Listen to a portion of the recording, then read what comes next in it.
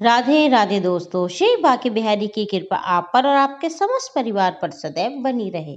पूर्णिमा यानी शुक्ल पक्ष का 15वां दिन, पूर्णिमा तिथि को चंद्रमा अपनी पूर्ण कला के साथ आसमान में शोभायमान होते हैं, इसलिए हिंदू धर्म में पूर्णिमा तिथि का विशेष महत्व है। चंद्रमा का पूर्ण प्रभाव होने से चंद्रमा के शुभ फलों में वृद्धि करने वाला होता है। दोस्तों, पूर्णिमा तिथि के दिन माँ लक्ष्मी सहित भगवान विष्णु की पूजा करने का विधान है। ऐसी मान्यता है कि इस दिन भगवान विष्णु सहित देवी लक्ष्मी की पूजा करने से धन दौलत और आरोग्य की प्राप्ति होती है। पूर्णिमा के दिन समस्त नदियों में देवी देवताओं का वास होता है। ऐसे में पवित्र नदियों में स्नान करना और दान करने से समस्त पापों से हमें छुटकारा मिलता है।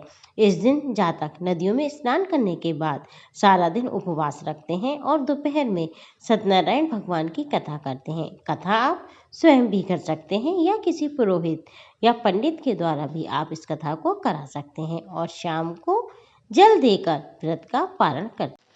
इस बार पूर्णिमा पर भद्रा का साया भी है और पूर्णिमा भी 2 रहने वाली है।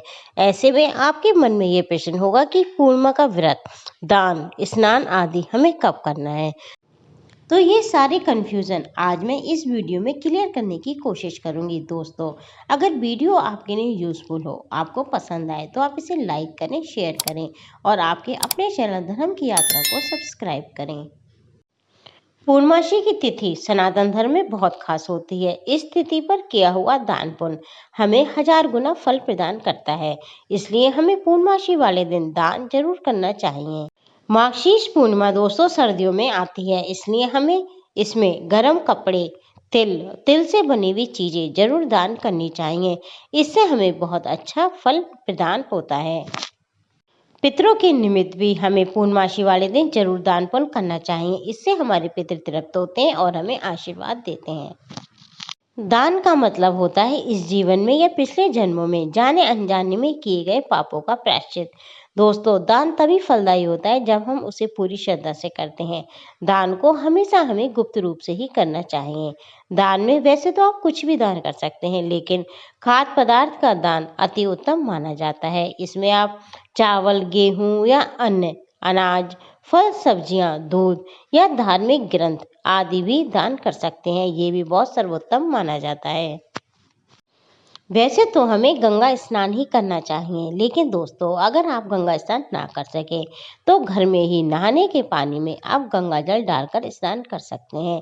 इसके अलावा आप तुलसी के गमले में से थोड़ी सी मिट्टी अपने शरीर पर लगाकर स्नान करें, इसे भी बहुत अच्छा माना जाता है। पूर्णिमा तिथि पर भूलकर भी किसी को प्याज, लहसुन, मांस, मदिरा आदि का सेवन नहीं करना चाहिए। पवित्र वृक्षों के समक्ष इस दिन दीपक जलाना चाहिए। मंदिर में भी दीपदान करने से हमें बहुत अच्छा पुण्य प्राप्त होता है।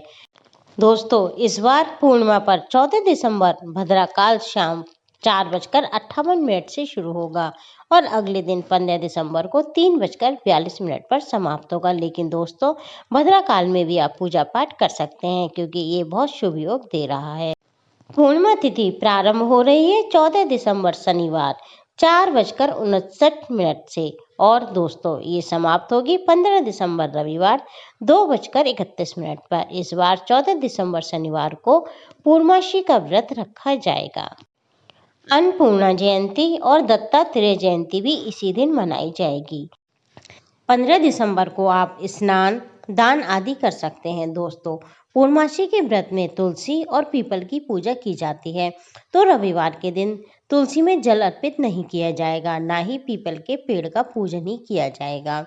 दोस्तों, ऐसे में आप शाम का पूजन शनिवार को कर सकते हैं। व्रत आप दोनों तिथि में रख सकते हैं, बस जिस तिथि में आप व्रत रख रहे हैं उस तिथि में आपको पूर्णिमा व्रत के सभी नियमों का पालन करना होगा।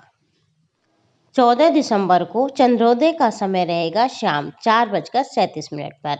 चंद्रोदय होने के बाद आप कभी भी चंद्रमा का पूजन करके अपने व्रत का पारण कर सकते हैं। 15 दिसंबर रविवार को चंद्रोदय शाम 5:36 पर होगा।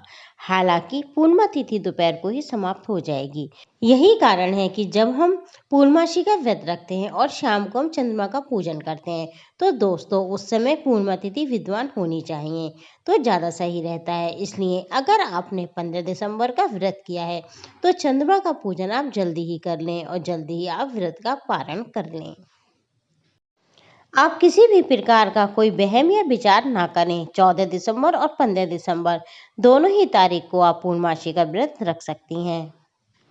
अगर आप पूर्णमासी का व्रत पहले से रखते हुए आ रही हैं तो आपको पता ही होगा कि पूर्णमासी तिथि को नमक का सेवन नहीं किया जाता अगर आपने व्रत रखा है तो। दोस्तों अगर संभव हो सके तो उस दिन आप खीर का चंद्रदेव को भोग लगाएं, विष्णु भगवान को भी खीर का भोग लगाएं और खुद भी खीर का ही सेवन करें। अगर आप खीर बनाने में असमर्थ हैं तो आप बाजार से मीठा मंगाकर भी अपने व्रत खोल सकती हैं। इस दिन आप अगर संभव हो सके तो नमक का सेवन ना करें। अगर आपको जानकारी अच्छी लगी हो तो इसे लाइक करें, शेयर करें और आपके अपने चैनल धर्म की यात्रा को सब्सक्राइब करें। राधे राधे। आपका जीवन मंगलमय हो।